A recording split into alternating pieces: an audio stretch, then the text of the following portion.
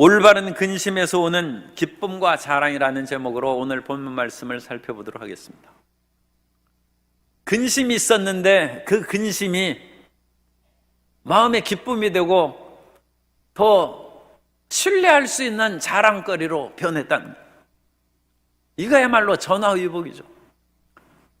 그런데 근심이 안 들어왔으면 어떻게 하겠습니까? 근심이 없었으면 그냥 플러스 마이너스 아무 일도 없이 밍밍한 그런 삶이 되구만. 저는 다이아몬드를 좋아하지 않고 그 멋진 것을 제가 느끼지 못했어요. 세상 사람들이 다이아몬드를 그렇게 좋아하고 비싼 값으로 파는 이유를 몰랐는데, 튀르키예 토카프 궁전에 가서 그야말로 거기 다이아몬드 86캐럿짜리도 있고 어마어마한 수백 개의 다이아몬드를 보니까 찬란한 모습이 참 아름답더라고. 그래서 사람들이 다이아몬드를 좋아하는구나, 그런 생각을 해서 다이아몬드를 좋아하는 사람을 이건 우리끼리 하는 얘기입니다. 비웃었던 것을 내가 회개했어요. 이 멋진 것을 하찮게 여긴 것은 내가 어리석어서 정말 멋진 다이아몬드를 못 보았기 때문에 그런 생각을 한 것이다. 그런데 진주도 그래요.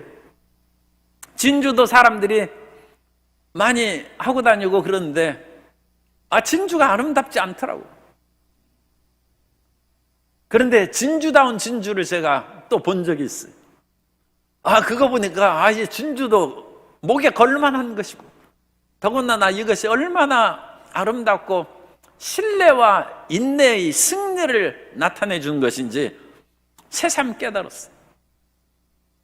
저는 여전히 보석은 좋아하지 않습니다만 보석을 하는 사람들을 이해하고 그 사람들이 마음에 이런 것이 굉장한 기쁨을 줄 수 있다는 것을 이해할 수 있게 됐어요.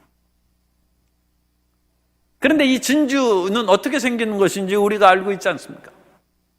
진주족에 외부 자극이 들어오면 그 자극을 막아내기 위해서 그 속에서 그런 석회물질을 분배해서 그것이 겹겹으로 쌓이는 거예요. 그리고 그 외부 자극이 오랫동안 계속되어서 수십 년 동안 계속되게 돼요. 그러면 더 크고 영롱하고 그야말로 그 모든 어려움의 자극을 극복하면서 이 영롱한 진주를 만들고, 또 그와 같이 외부 자극에 의해서 만들어질 때 가끔씩 비치는 바닷속의 그 조기에 햇빛이 비치는 것을 인하여 다양한 색상을 만들어지는데 그건 말할 수 없이 아름다운 것입니다. 오늘 우리가 진주조개를 말하고 진주를 얘기하는 것은 그 진주를 사라고 얘기하는 것이 아니고 우리의 믿음을 얘기하는 것입니다. 우리는 진주조개와 같은 사람이고, 우리 마음 가운데 근심의 외부 자극이 들어와서 그 근심이 끊임없이 우리 마음을 자극할 때 우리는 파멸되지 아니하고 믿음의 층이 겹겹이 쌓여서 찬란한 믿음의 진주를 만드는 하나님의 자녀가 되어야 된다는 것입니다. 고린도 교인들이 별다른 일이 없었으면 사도 바울이 고린도 전서, 고린도 후서 안 씁니다. 그 사람들이 그냥 특별한 4개의 분파를 형성하고 또 그 안에 서로 간에 고소하는 사건도 있고 음행방탕한 일도 있고 교회 안에서 예배드리는 온갖 문제로 시끄럽고 뒤죽박죽되지 않았더라면 사도 바울이 고린도전서를 쓸 까닭이 없고 고린도후서를 쓸 일이 없어요. 그러면 그 사람들은 지구상의 한편에 있는 고린도 지역의 하나의 교회로 세워졌다가 성경에는 아마 기록 안 되고 사라져버렸을지 모릅니다. 그러나 그들에게 들어온 자극으로 말미암아 사도 바울이 자기가 지중해 온 지역을 다니면서 복음을 증거했는데도 불구하고 고린도 전후서만큼 분량이나 애정을 깊이 깊이 나타낸 책이 또 없어요.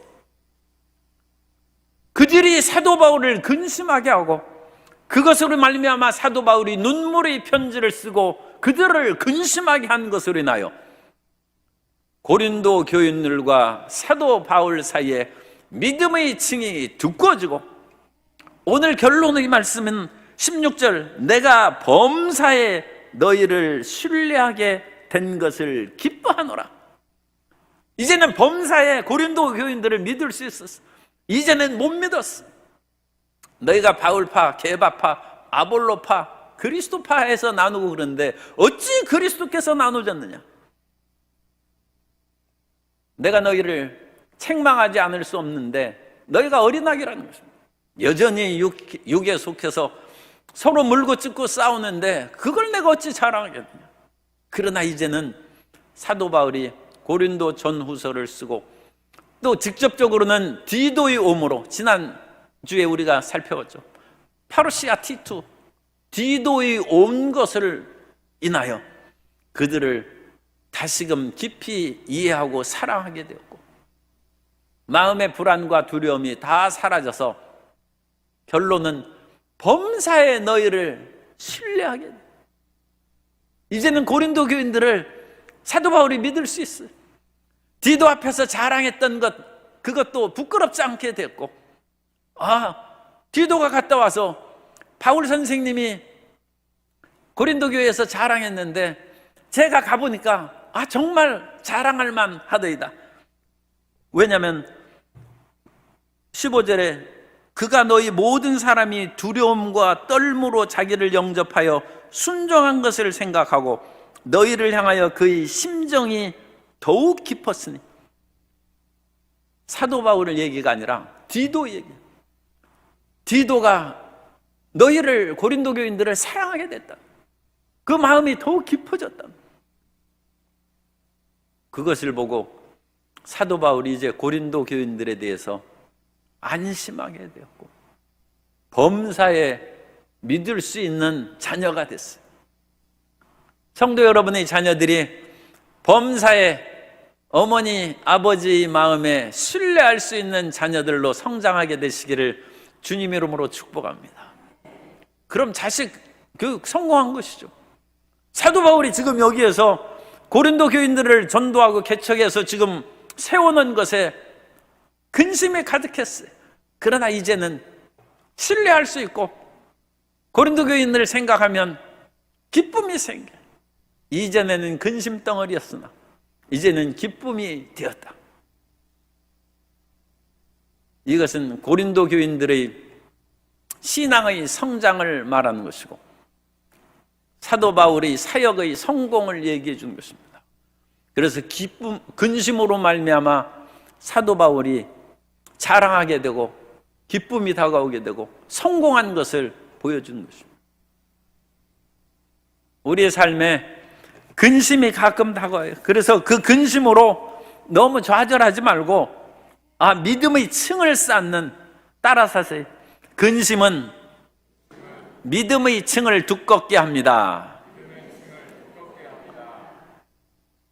비 온 후에 땅이 굳어진다는 말처럼 근심과 걱정과 불안을 이기면 믿음이 두꺼워지고 그 근심으로 인하여 실패하면 10절 말씀, 하나님의 뜻대로 하는 근심은, 이건 근심으로 말미암아 믿음의 층이 두꺼워진 거예요. 후회할 것이 없는 구원에 이르게 하는 회개를 이루는 것이요, 그 근심으로 인하여 울고불고 주저앉으면 세상 근심이에요. 세상 근심은 사망을 이루는 것이니라. 이 세상은 똑같이 비가 옵니다. 그러나 세상 사람들은 그 비가 오는 것으로 인하여 나의 인생에 어찌 비바람과 눈보라가 그치지 않는가 탄식하고 사망에 이르는 것이지만, 우리는 그와 같은 모든 것을 극복함으로 말미암아 우리의 믿음층이 두꺼워지고 단단해서 어떤 일로 인해서도 흔들리지 않는 강인한 믿음의 사람이 되고 그것으로 하나님께 영광 돌리는 사람이 되어야 될 줄로 믿습니다. 그게 우리의 자랑입니다. 만일 그런 모습을 우리를 전도한 사람이 지켜본다면 정말 내가 전도 잘했다. 나의 전도의 열매가 바로 저 사람이다. 자랑스럽게 여길 거 아닙니까? 우리가 그런 진주영롱한 그것도 하나 이제 그러면 집에서 보면서 나는 진주처럼 영롱하고 단단하고 어떤 고난에도 흔들리지 않는 두꺼운 믿음을 가진 사람이다. 하나님, 제가 실물로 보면서 그런 믿음을 갖기를 원하니까 멋진 거 하나 주십시오. 그러면 하나님이 하나 주실지도 몰라요. 왜냐하면 십자가를 보면서 우리가 믿음을 굳건히 하잖아요.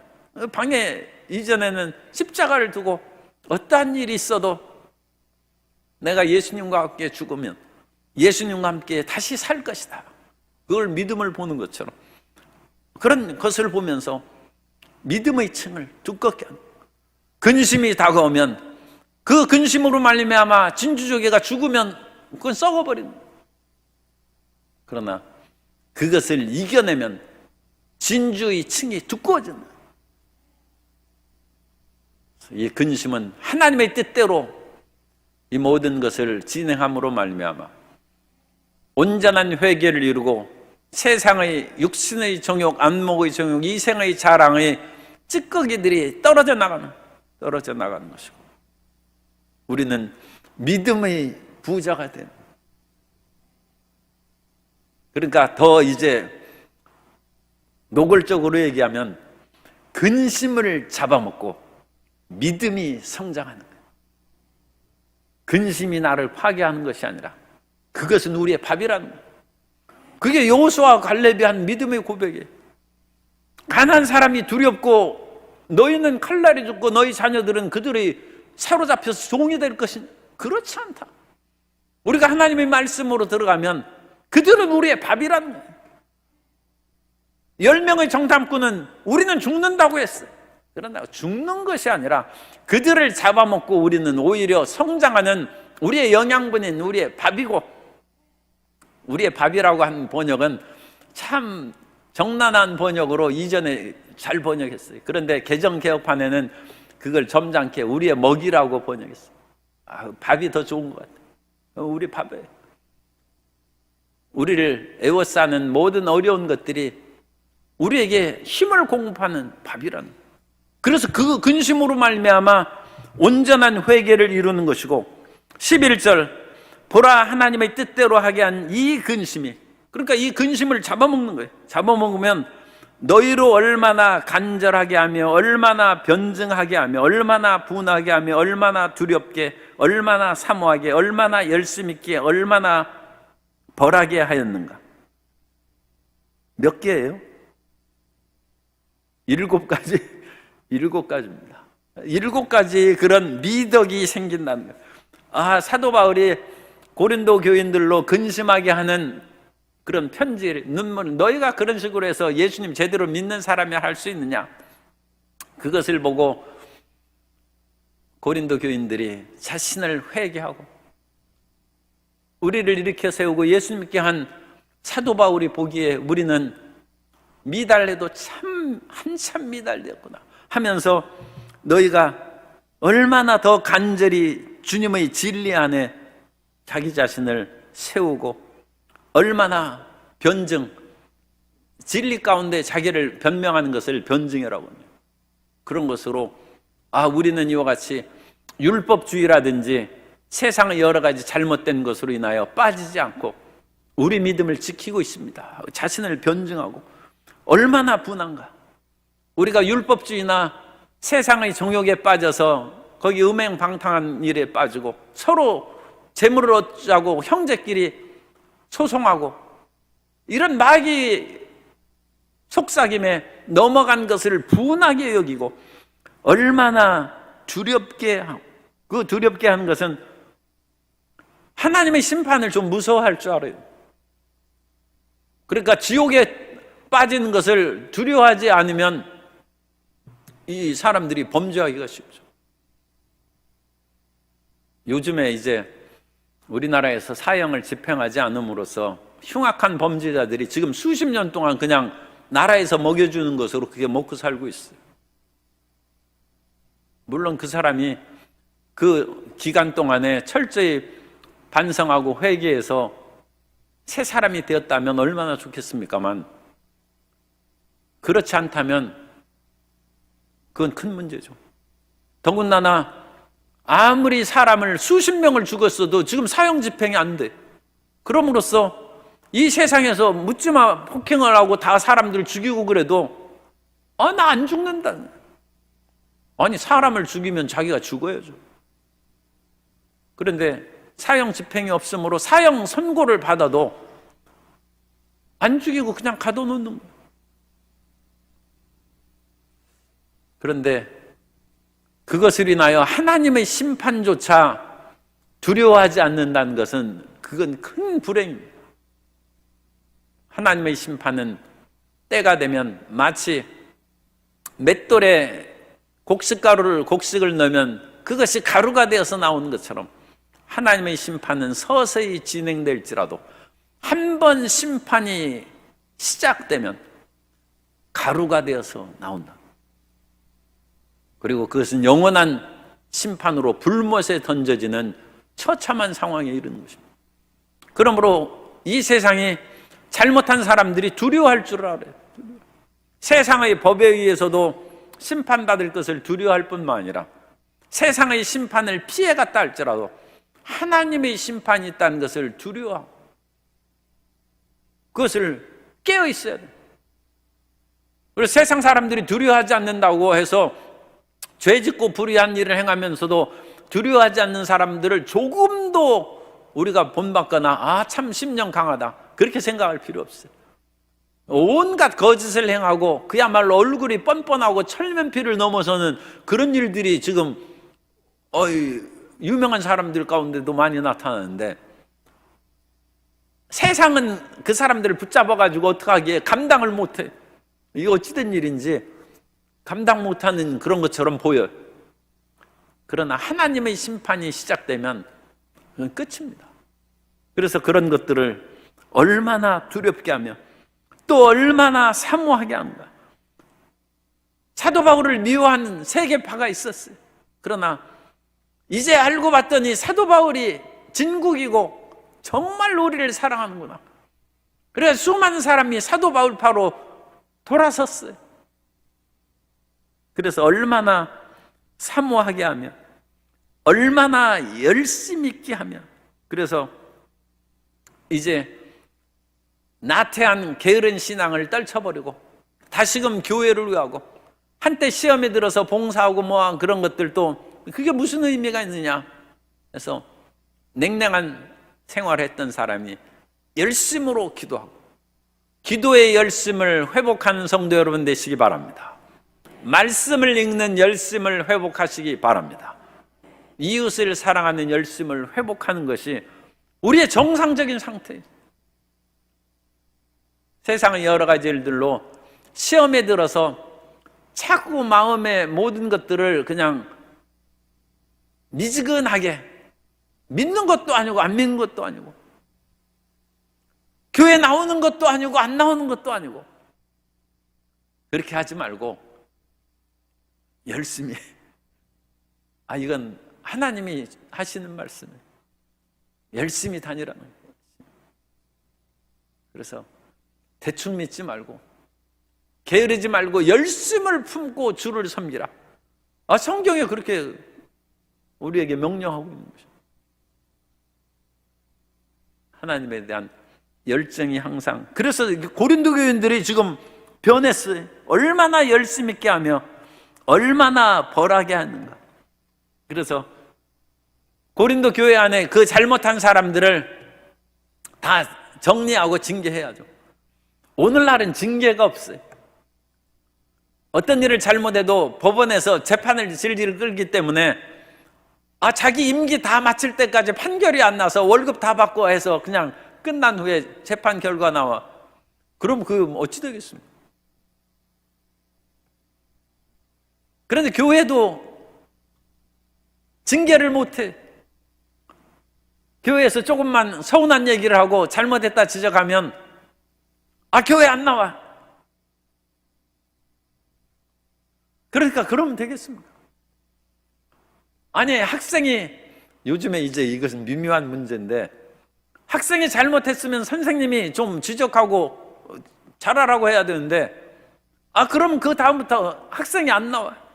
학생이 안 나오는 것은 자기가 자기 인생을 나가는 거니까 어쩔 수 없다 할지라도, 그 다음에 부모님의 무차별 공격으로 인하여 선생이 살 수가 없어. 벌을 할 수가 없어. 그러나 벌이 없어진 시대는 사람들이 올바른 길로 걸어가는 지표를 상실합니다. 그래서 이 고린도 교인들이 그런 교회 안에서 잘못한 사람들을 바르게 하고, 교회 안에서 그 당시에는 여성은 수건을 쓰고 예배를 드리라는, 그거에 대해서는 그 설명은 전에 했으니까 그 전에 있는 거 다시 찾아보고, 우리 그 광주순복음교회 그 유튜브 채널에 있는 것을 찾아봐서 거기 다시 써야 되느냐 안 써야 되느냐 그걸 찾아보시고, 그리고 애찬을 할 때에도 자기들끼리만 먼저 좋은 거 먹고 가난한 사람은 그것으로 인하여 애찬에 이어서 성찬이 되는데, 성찬이 시험 드는 그런 의식이 됐어. 그거 잘못한 거 버려야죠. 그래서 교회에서 올바르게 하나님을 믿을 수 있는 징계와 바르게 잡아주는 그런 교정의 작업이 있어야 됩니다. 그래서 사도 바울이 이와 같은 고린도 전서에 주로 나오고, 이 모든 것들이 디도가 갔다 와 보니까 웬만큼 질서가 잡히는 것 같아요. 그래서 이 디도가 이런 상황을 이제 상세하게 사도 바울에게 와서 보고하니까 사도 바울의 마음에 그야말로 10년 묻은 체증이 싹 사라져버리고 마음에 기쁨이 생겼어요. 그래서 12절에 그 얘기입니다.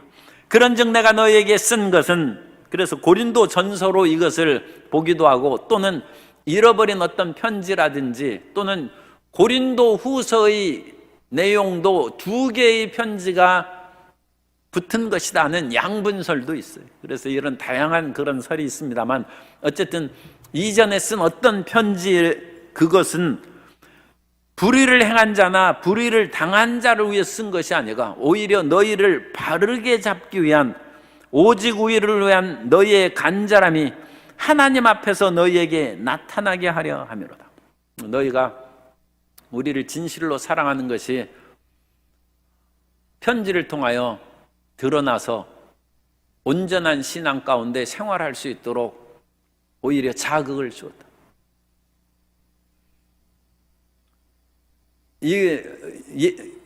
이 말씀은 고린도 교인들이 지금 4개의 분파로 나눠 있는데, 그들의 마음의 가장 깊은 곳의 바탕은 교회를 세운 바울에게 있어요.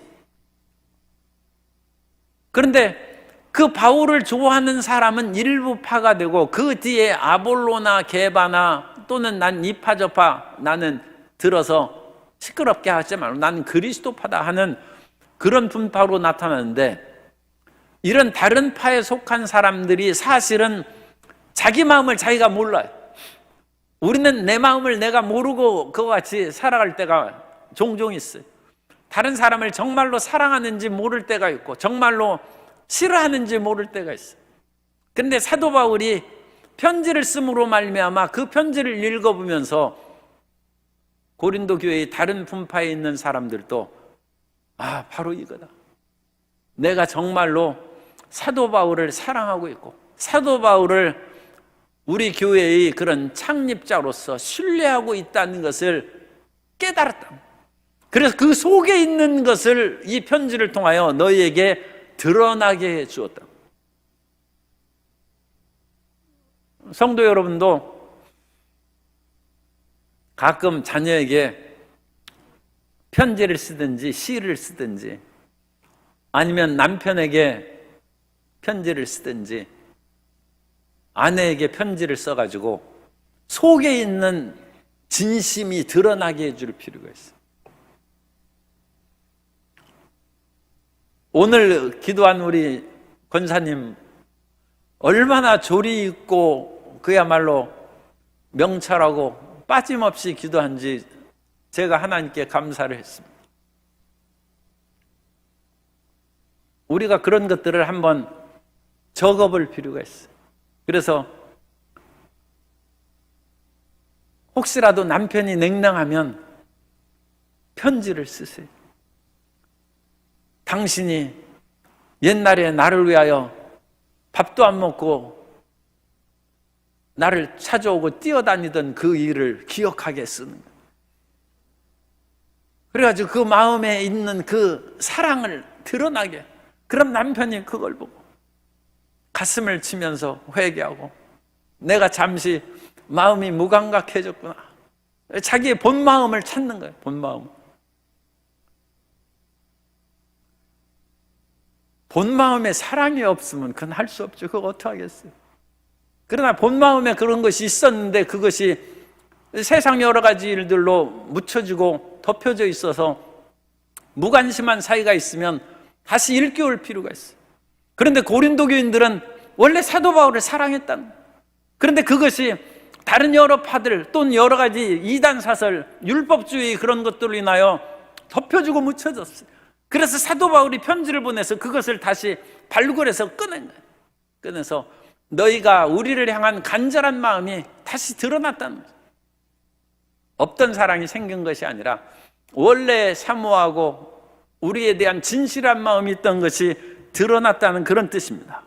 그로 말미암아 이것이 다 드러나니까 이제 고린도 교인들과 사도 바울 사이가 마음의 앙금이 풀렸어요. 그래서 이로 말미암아 우리가 위로를 받았고 사도 바울이 내가 헛수고하지 않았구나 하면서 우리는 사도 바울과 그 일행이죠.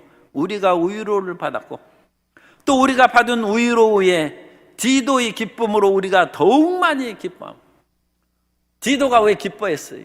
사도 바울이 디도를 보낼 때 고린도 교회의 시끄러운 것을 이제 듣고 지금 어떻게 변했는지 가서 보라고 했어요.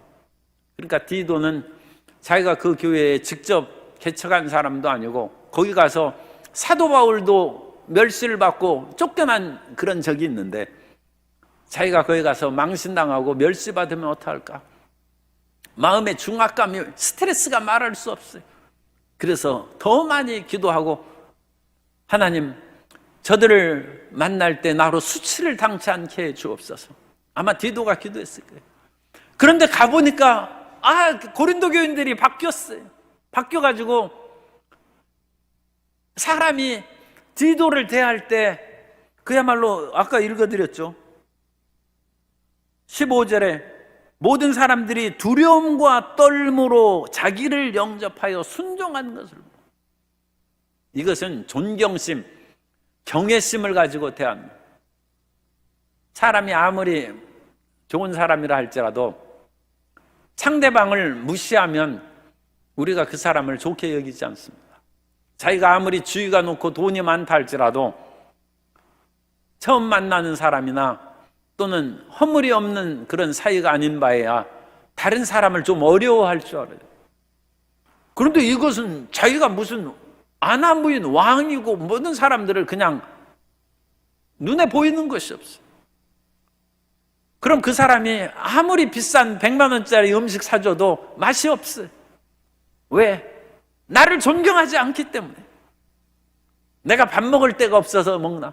차라리 컵라면 하나 사 먹는 것이 낫지 100만 원짜리 음식이 있는 줄은 잘 모르겠어요. 그거 주면서 의시되는 꼴 나는 못 참는다. 인간은 다 자존심 있고 긍지가 있죠. 그런데 디도가 가보니까 디도가 얼마나 긴장하고 마음이 그와 같이 중압감이 있어가지고 고린도 교회를 갔는데 고린도 교인들이 교만함이 사라졌어요. 사도 바울이 고린도 교인들이 교만하다고 이미 지적했어요. 너희 혼자 왕 되지 말고 나 함께 왕 노릇하자. 그렇게 사도 바울이 그들을 책망하기도 했어요. 그런데 그런 편지를 읽고 고린도 교인들이 겸손해졌어요. 그래서 사도 바울이 보낸 디도를 보고 두려움과 떨므로 딱 실패하고 그 앞에서 정중하게 인사하고 대화하고 말을 나눈 태도를 보니까 디도가 너무 마음이 안심이 되는 이 고린도 교인들이 훌륭한 사람들이구나 그 마음이 생겨서 디도가 기쁨이 자기를 영접하여 순종한 것을 생각하고 너희를 향하여 그의 심정이 더욱 깊었으니 그들에 대한 사랑과 관심이 깊어졌다. 성도 여러분이 다른 사람을 항상 여기서 두려움과 떨미라는 것은 사람을 존중하는 태도. 다른 사람을 존중할 때 그 사람이 우리를 통해서 우리 마음 가운데도 기쁨을 주고 마음의 평안함을 줍니다.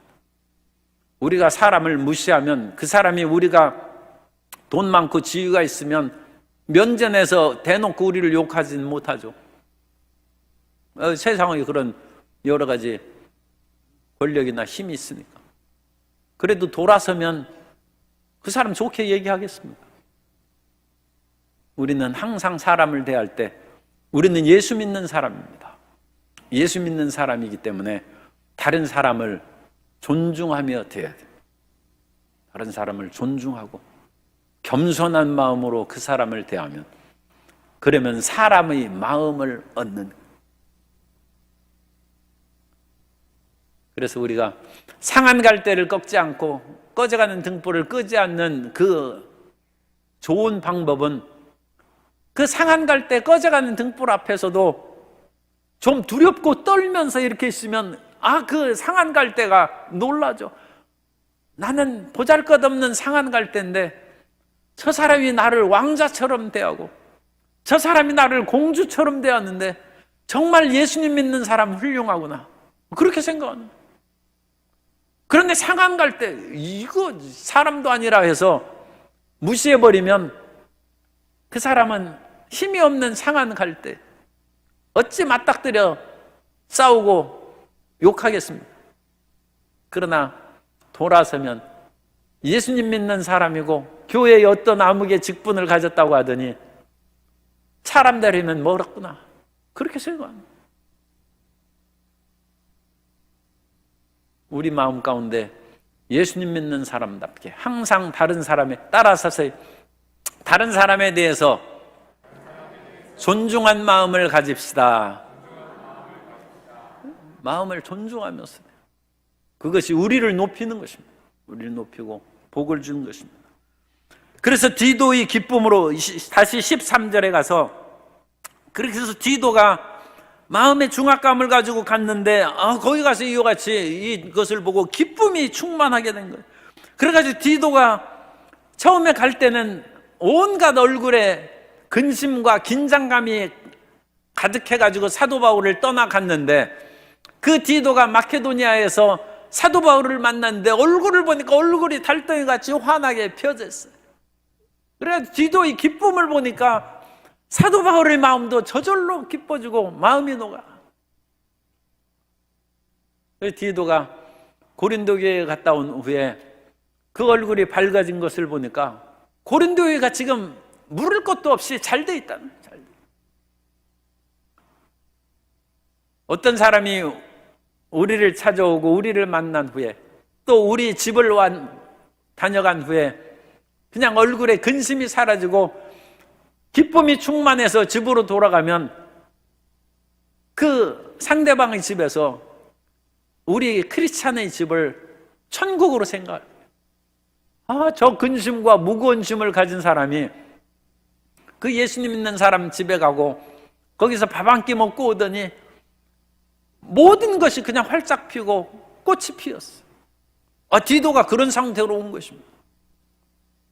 그러니까 사도 바울이 그것으로 말미암아 자기 마음에 기쁨을 얻었을 뿐만 아니라 사도 바울이 디도 보고, 봐라, 내가 고린도 교인들 조금 지금 문제가 있어도 근본 바탕은 훌륭하고 올바르게 복음을 받아들인 사람이라고 얘기했지 않느냐.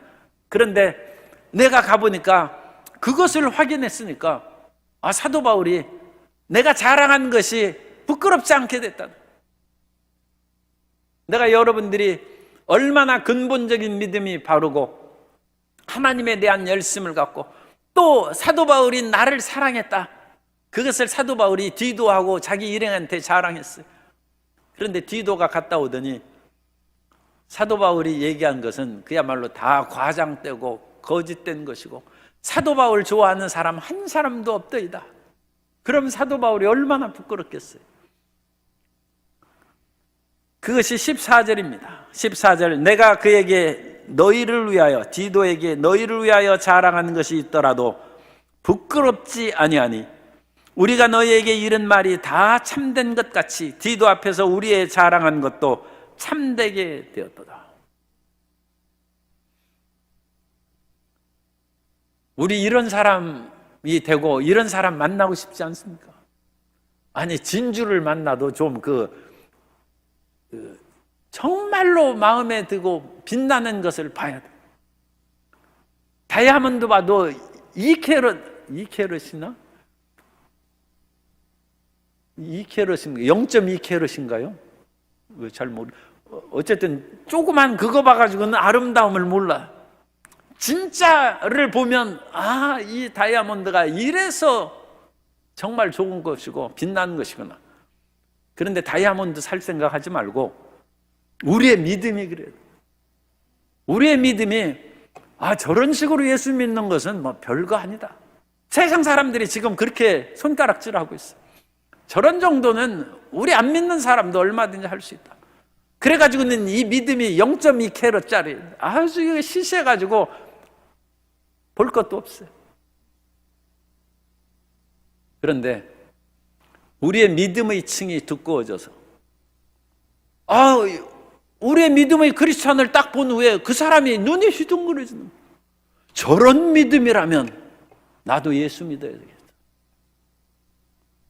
예수 믿고 저런 평화와 기쁨과 담대함을 갖는다면 어찌 예수님을 안 믿을 수가 있겠는가? 그런 참 크리스찬, 성숙한 크리스찬 되시기를 예수님 이름으로 축복합니다. 그것이 우리의 일입니다. 그것이 우리의 과제고 우리의 사명입니다. 그것을 이루면 이 세상에서 주님께서 우리에게 맡기신 일을 다 이룬 줄 믿으셔도 될 것입니다. 그래서 이 믿음의 영롱하게 자랑할 수 있는 그 두꺼운 믿음의 층은 어디에서 와요? 여러 가지 일에서 오지만 지금 우리 본문에서는 근심에서 오는 거예요. 근심으로 너무 낙심하지 말고 이 근심은 밥이다. 이 근심을 뚫고 이김으로 나의 믿음이 더 두꺼워지고 나의 진주가 더 크고 영롱하게 되는 그런 계기가 될 뿐이다. 근심 걱정을 이기고 믿음이 성숙하는 성도 여러분 되시기를 예수님 이름으로 축원합니다.